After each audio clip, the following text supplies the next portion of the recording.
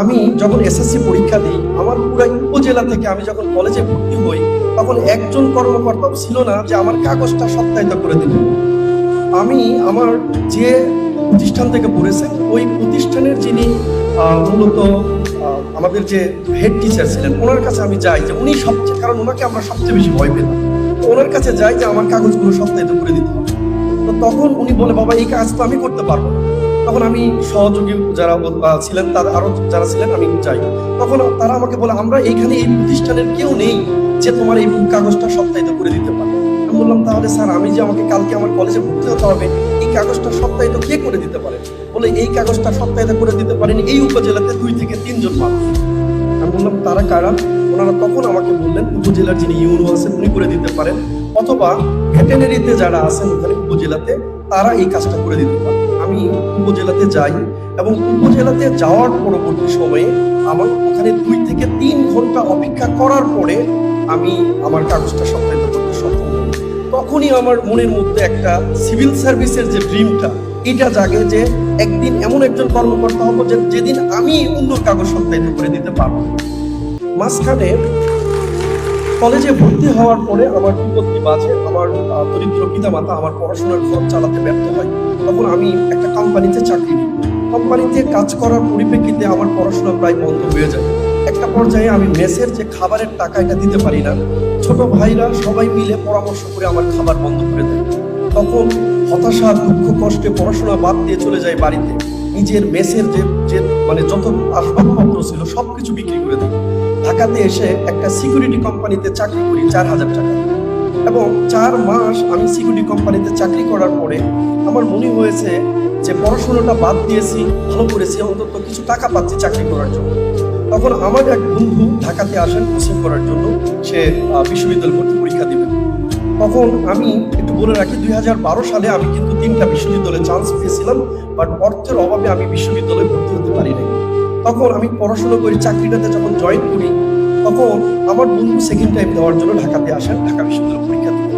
আমি ওর সাথে দেখা করে আমার সিদ্ধান্ত পরিবর্তন হয় না, আমি যে পড়াশোনা বাদ দিয়েছি এটা আমার জন্য ভালো কোনো ডিসিশন নয়। আমি পড়াশোনাটা যেভাবে করতে চাই, কারণ আমি সেই ছেলে, যে ছেলে স্কুলে আমি সেকেন্ড বয় ছিলাম, যে ছেলে আমি জিপিএ 5 পেয়েছি, পুরো প্রতিষ্ঠানের মধ্যে 2 জন পেয়েছিল, তার মধ্যে আমি একজন। তখনই আমি আবার ওই সিকিউরিটির চাকরির 16 ঘন্টা ডিউটির পাশাপাশি আমি কোচিং এর ক্লাস করি। দুপুর 2টা থেকে আমার ডিউটি শুরু হতো, সকাল 6টা পর্যন্ত আমি ডিউটি করতাম। ডিউটি শেষ করে এসে আমি কোচিং এ যেতাম ক্লাস করার জন্য। ক্লাস করে এসে আবার কোনো রকম আমি আমার যে বই পুস্তক এগুলো নিয়ে আমি আবার পোস্টে চলে যেতাম। সারা রাত আমি ডিউটি করতাম আর ওই পোস্টেই বইগুলো পড়তাম। দিন শেষে যখন ভর্তি পরীক্ষা আসলো, আমি 6টা বিশ্ববিদ্যালয়ে চান্স পাই। কিন্তু দুঃখের বিষয় হলো, 6টা বিশ্ববিদ্যালয়ে চান্স পাওয়ার পরেও আমার পড়াশোনাটা অনিশ্চয়তার মধ্যে ছিল। কারণ আমি ঢাকার বাইরে গিয়ে একটা টিউশনি পাবো বা একটা কোচিং ক্লাস দিব, বা আমি এরকম কোনো সুযোগ ছিল না। তাই বড় ভাইদের পরামর্শে আমি এখানেই ভর্তি হয়ে যাই জগন্নাথ বিশ্ববিদ্যালয় ইসলামের ইতিহাস ও সংস্কৃত বিভাগে। দিনগুলো ভালোই চলতেছিল, একদিকে 16 ঘন্টার ডিউটি, অন্যদিকে জগন্নাথ বিশ্ববিদ্যালয়ের ক্লাস। এভাবে চলতে চলতে বড় ভাইরা পরামর্শ দিল, তুমি যেহেতু পাবলিক বিশ্ববিদ্যালয়ে পড়াশোনা করো, তাহলে তুমি কিন্তু টিউশনি করাতে পারো। তখন চিন্তা করলাম, না, সিকিউরিটির চাকরি হয়তো কোনো কাজই ছোট নয়, কিন্তু সব মানুষ এই দৃষ্টিতে কাজগুলো দেখে না।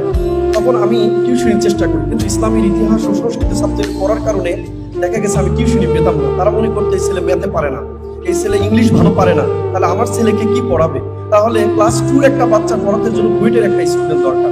কিসের দরকার? ঢাকা বিশ্ববিদ্যালয়ে ইংলিশ লর একটা স্টুডেন্ট দরকার। ক্লাস 2 বাচ্চা পড়াতে জন্য তারা সিলেক্ট করতো বুয়েটের একটা ছেলে দরকার। সেক্ষেত্রে আমরা একে তো জগন্নাথ বিশ্ববিদ্যালয়, তখন 2013 সাল, জগন্নাথ বিশ্ববিদ্যালয় এত বেশি পরিচিত ছিল না এখন যেভাবে জগন্নাথ বিশ্ববিদ্যালয় এগিয়ে চলেছে। তো এভাবে টিউশনি পেতাম না। তখন দিনের পর দিন বিভিন্ন ভাইদের পাশাপাশি ঘুরতাম যে একটা কাজের জন্য আমার উদ্ধার চাই, আমার বেঁচে থাকা চাই। তখন একটা ভাইয়ের পরিচয় হয়, তিনি আমাকে 50টা এমসিকিউ করে দিলে 100 টাকা করে দিতেন। তখন আমি তাকে সর্বদা বলতাম, ভাই আমার মাছ দরকার নেই, একটা বড়শি দেন যেটাতে আমি ধরে খেতে পারবো, আমি এই চাকরিটা করতে চাই না, আমাকে একটা কাজের দেন। তখন ভাই বলল যে আমাদের জগন্নাথ বিশ্ববিদ্যালয়ে যারা পড়াশোনা করে তাদের কোচিং সেন্টারে পরিচালকরা ক্লাস দিতে চায় না। কেন? কারণ সবাই ঢাকা বিশ্ববিদ্যালয়ে ভর্তি পরীক্ষার প্রস্তুতি নিতে আসে, সেখানে জগন্নাথে কেউ স্বপ্ন থেকে আসে না। যারা ঢাকা বিশ্ববিদ্যালয়ে পায় না তারা অন্যান্য বিশ্ববিদ্যালয়ে চলে যায়। এভাবে কিছুদিন আমি তার এই অন্ধবিশ্বাসেই তার সাথে কাজ করতে থাকি। একটা সময়ে অনেকগুলো কোচিংয়ের ক্লাস বা চেষ্টা করতে থাকি, অনেক জায়গায় সিভি দিই।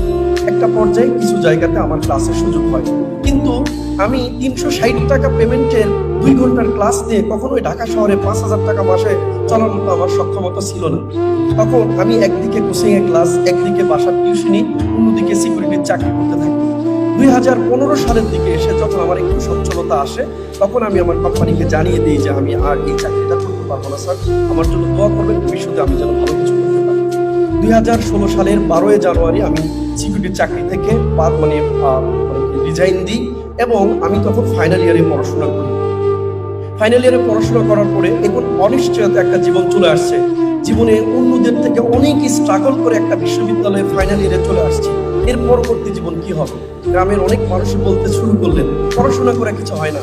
আমার ছেলে, আমার বাবাকে বললেন, তোমাদের যে পরিবারের যে অভাব অনটন, তোমার ছেলেকে বিদেশে পাঠিয়ে দাও।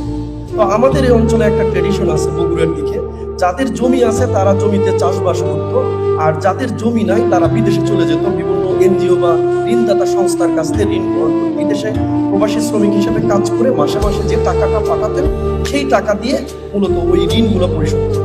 আমারও এমন একটা পরিস্থিতি আসলো। এর মাঝখানে আমার গ্র্যাজুয়েশন হয়ে গেলে আমার চাচার খুব ক্ষোভ ছিল যে আমি যেহেতু দেখতে লম্বা আছি, আমাকে একটা আগে তো সিকিউরিটি চাকরি করেছি, আমি যেন কনস্টেবলে জয়েন করি। তো উনি ইউনো অফিসে চাকরি করেন, আরো ঊর্ধ্বতন কর্মকর্তাদের ধরে তিনি বলেছেন, তুমি কনস্টেবলে দাঁড়াও এবং আমরা তোমার ব্যবস্থা করব। আমি বললাম যে না, কনস্টেবল না, আমি জীবনে অনেক কষ্ট করেছি, অনেক তুচ্ছ তাচ্ছিল্যের শিকার হয়েছি জীবনের জন্য। এমন একটা কাজ করব যে কাজটা আমার জীবনে একটা সম্মানজনক কাজ হিসাবে হবে, সর্বজনের একটা গ্রহণযোগ্যতা আসবে আর কি। এভাবে চলতে থাকে। চাচা আমার সাথে সম্পর্ক রাখে না, বছর 6 মাসে আমার সাথে কখনো কথাও বলে না। এভাবে চলতে থাকে। 2017-তে আমার গ্র্যাজুয়েশন হয় এবং 18-তে আমি যখন মাস্টার্স করি, তখনই দেখি আমার 2টা বড় ভাই আমার সাথে কোচিংয়ে ক্লাস নেয়। তো তারা হচ্ছে ওরাকলে ফার্মগেট শাখায় ক্লাস করতে আসে। আমি কৌতূহল বশত একদিন তাদের সাথে আসি। এখানে উপবিষ্ট আছেন মেহেদি হাসান স্যার, উনি তখন ওই সেমিনার ক্লাসটা নিচ্ছিলেন। ওই প্রথম আমি ওই সেমিনার ক্লাসটা দেখার পরে আমার মনে হয়েছে this is the right platform. আমার জন্য সবচেয়ে ভালো প্ল্যাটফর্ম হচ্ছে এটাই, যে বাংলাদেশ সিভিল সার্ভিসে পরীক্ষা দেওয়া। এরপরে 19 সালে বড় ভাইদের সাথে অল্প অল্প করে আমি পরীক্ষা প্রিপারেশন নিতে শুরু করি, কিন্তু এর মাঝখানে আমার একটা বই বের হয় ইংরেজিকে। তো আমি ওই বইটা পাবলিশ করলে, বড় বইটা পাবলিশ করার চেষ্টা করি, কিন্তু কোনোভাবে পাবলিশ করতে পারি না, কারণ 2020 সালে করোনা ভাইরাস চলে আসে। এরপরে আমি বাড়ি চলে যাই। বাড়ি যাওয়ার পরে আসার পরে আমি ওই বইটা প্রকাশ করি এবং তারপরে চেষ্টা করি যে না, যেভাবেই হোক আমি এর মাঝখানে একটু বলে রাখি, এর মাঝখানে আমি কিন্তু ওরাকলে ক্লাসও নিয়েছি, যেমন গাইবান্ধা শাখায়, পাবনা শাখায়, এগুলো আরো অন্যান্য বিসিএস কোচিং এবং অ্যাডমিশনের ক্লাস নিয়েছি। আমার কাছে একটা রিয়েলাইজেশন কাজ করেছে, কাউকে ক্যাডার বানানোর চেয়ে নিজে ক্যাডার হওয়াটা বেশি আনন্দের। কারণ দিন শেষে এটা কেউ মনে রাখে না, কারণ আজকে যে ছেলেটা আমার ক্লাস করতেছে, সম্মান প্রদর্শন করতেছে, কাল সে একটা ভালো জায়গায় যাওয়ার পরে আমাকে দেখলেও সাইড দিয়ে চলে যাবে। আমার নিজের একটা ব্যক্তি অভিমত এটা, যে ক্যাডার বানানোর চেয়ে নিজের ক্যাডার হওয়াটা অনেক বেশি আনন্দের। তখনই আমি সিদ্ধান্ত নিই, না, আমি ক্যাডার বানাবো না, আমি ক্যাডার হতে চাই। সকল কোচিং সেন্টার ছেড়ে দিলাম, ক্লাস নেওয়া শুধু বইটা লেখার পরে রাখলাম। এবং 2021 সালে আমি প্রথম সিদ্ধান্ত নিলাম যে যেহেতু আমি সাধারণ জ্ঞানের টিচার, তো সাধারণ জ্ঞানের 70 মার্কস আছে, তো আমি বাকিটা যদি চেষ্টা করি তাহলে হয়ে যাবে। এবং ফাইনালি 43তম বিসিএস প্রিলিমিনারিতে আমি পরীক্ষা দিই এবং 120-এর মতো আমার প্রিলিমিনারিতে থাকে। এবং যথারীতি আমাদের সাথে প্রায় 20 জনের মতো প্রিলি দিয়েছিল, আমার গ্রুপ করে পড়তাম। তো 2 থেকে 3 জন আমরা প্রিলি পাস করি, বাকিগুলো চলে যায়। এরপরে প্রিলি অনেক কষ্ট করে পাস করলাম, কারণ জিকে পারি তার জন্য, বাট অন্য সাবজেক্ট তো পারি না। এমনিতে নর্মাল সাবজেক্টে পড়েছি, আর 2 নম্বর সাধারণ জ্ঞানের টিচার, ম্যাথের বা ইংলিশের হলে ভালো হতো। তো ইংরেজি এগুলো পারি না, তখন সব বাদ দিয়ে ইংরেজি, ম্যাথ এগুলো স্টাডি করা শুরু করলাম। এবং যখন বিসিএস এর রিটেন পরীক্ষা দিলাম, দেওয়ার পর আমার স্বপ্নই ছিল না যে আমি লিখিত পরীক্ষায় পাস করবো বোর্ড ক্যাডারে। রেজাল্ট দেখার পরে দেখি যে আমি বোর্ড ক্যাডারে পাস করেছি। এরপরে ভাইবা আসলো, আসার পরে আমি উজ্জ্বল ভাই ছিল ফার্মগেটে, ওনাকে বললাম ভাই আমি একটু ভাইবা দিতে চাই। তো বললো হ্যাঁ, আমাদের তো এখানে ভাইবা হয় না, নীলক্ষেত শাখায় ভাইবা হয়। তো আমি তখন নীলক্ষেত শাখায়, রনি ভাই ছিলেন, এখানে যোগাযোগ করলাম। উনি আমাকে প্রথম, আমার যে এত ক্লাস নিয়েছি, তারপরে যে সমরচন্দ্র পাল স্যার ছিলেন, আজকে স্যার নেই, তো উনি আমার ভাইবা নিয়েছিলেন। যে আমার যে প্রথমে মনে হয়েছে যে আমি অনেক ভালো পারি, কারণ ক্লাসে গুছিয়ে ক্লাস নেই, এত মানুষের সামনে কথা বলেছি, কোনো জড়তাই নাই, এটা আমার কাছে মনে হয়েছিল। বাট ভাইবা দিতে গিয়ে দেখি যে আমি যে জিকে পড়াই এই জিকেও পারি না, আমি যে জিকে পড়াই সেই জিকেটাও পারি না ওনার সামনে গিয়ে। উনি আমাকে লাস্ট একটা প্রশ্নতে উনি আমাকে বলেছিল যে আমি যখন জিকে পারতেছি না, তখন আমি বলছি আচ্ছা তুমি কিসের জন্য পরীক্ষা দেবে? আমি বললাম স্যার তোমার পদের নাম কি? আমি এত বেশি টেনশনে ছিলাম, পদের নামটাও বলতে পারতেছি না। তখন উনি আমাকে খাট ধরে বাইরে বলছে তুমি বেরাও, তুমি কি পাস করবা, তুমি তোমার পদের নামই বলতে পারো না, তুমি যে চাকরি করো তোমার পদ কি হবে এটাই বলতে পারো না, তোমাকে চাকরি কে দেবে, বের হও তুমি এখান থেকে। তারপরে আমাকে আরেকজন এক্সপিরিয়েন্স বললো আচ্ছা ঠিক আছে তুমি 1 মিনিট একটু স্থির থাকো, তারপরে একটু ভেবে বলো। আমি বললাম স্যার সরি স্যার। বলছে না এই প্রশ্নে সরি বললে তো হবে না ভাই, তোমাকে জিজ্ঞেস করছি তোমার পদের নাম কি, এটা সরি কেন বলবো? তুমি কোন পোস্টে চাকরি করবা এটাই যদি না পারো তোমাকে চাকরি কে দিবে?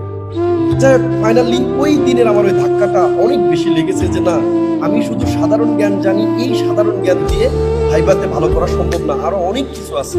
ম্যানার শিখতে হয়, ইটিকেট শিখতে হয়, যে মানে একটা রুমে প্রবেশ করবো কিভাবে যেতে হবে সবকিছু শিখতে হয়। যাক ফাইনালি পরবর্তী ভাইবাটাতে তো আমার কাছে এটা মনে হয়েছে যখন আমি কে আলী আজম স্যার বিজ্ঞ সদস্য, মাননীয় বিজ্ঞ সদস্য কে আলী আজম স্যারের উপরে আমি ভাইবা দিই, এবং আমার ভাইবা বোর্ড থেকে 3 থেকে 4 জন বেশি ক্যাডার হয়েছে, আর বাকিগুলো হয়ই নাই। আমি জানি না কি ঘটনা ঘটেছে, কিন্তু উনি স্যারকে আমি দেখেছি যে উনি একদম আমার ভাইবাতে কোনোভাবেই হাসে নাই। আমার যারা আগে ভাইবা দিয়েছে 10-12 মিনিটও দেয় নাই, আমাকে 23 মিনিট ভাইবা রেখেছে, এবং কোনোভাবেই তিনি আমাকে আটকাতেই পারতেছে না। মানে যেটাই জিজ্ঞেস করতেছে উনি ছোট ছোট প্রশ্ন, দারিদ্রতার হার কত, এক্সট্রিম পভার্টি কত, এফডিআই কত, এভাবে প্রশ্ন করতেছে, আমি একটার পর একটা বলে যাচ্ছি। তো দেখা গেছে আমার মনে হয় যে ভাইবাতে যদি আপনাকে একটু না আটকাতে পারে তখন মনে হয় ওনারা ছেড়ে দিতে চায় না, আরো একটু যখন আপনি পারেন না এটা বুঝিয়ে আপনাকে ছেড়ে দিবে। যাক ফাইনালি ভাইবা শেষ হলো, এবং 43তম বিসিএস এ যখন রেজাল্ট হলো আমি শিক্ষা কেডারে এখানে সুপারিশ প্রাপ্ত হয়েছি আলহামদুলিল্লাহ। তো এখন আলহামদুলিল্লাহ আমার এটা ভালো লাগতেছে যে আমার গ্রামের মধ্যে থেকে আমি প্রথম যিনি পাবলিক বিশ্ববিদ্যালয়ে পড়ছি, এবং আমার 4 গ্রামের মধ্যে আমি প্রথম যিনি একজন গ্যাজেটেড কর্মকর্তা হিসাবে হয়তো আপনাদের সাথেই ইনশাল্লাহ অন্তর্ভুক্ত হব। তো আমার এই স্বপ্ন যাত্রায় একটা পরিশ্রম, একটা নিরাপত্তা পরি থেকে এই যে আজকে সিভিল সার্ভিসের মতো জায়গাতে ক্যাডার হিসাবে সুপারিশপ্রাপ্ত হয়েছি, সত্যি কথায় বলতেই যে এরকম লাখে 1 জন মানুষ 2 জন মানুষ এরকম উঠে আসে আমার মনে হয়।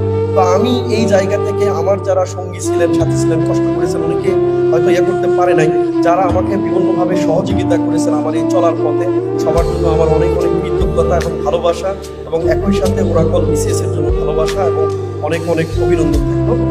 সবাই আমার জন্য দোয়া করবেন যাতে ক্যাডার সার্ভিসে আমি আমার সর্বোচ্চ দিয়ে দেশ এবং মানুষের সেবা করতে পারি। আমি যে কষ্টের জায়গা থেকে উঠে আসছি ওই জায়গাগুলোতে যেন অন্যকে সহযোগিতা করতে পারি। আসসালামু আলাইকুম।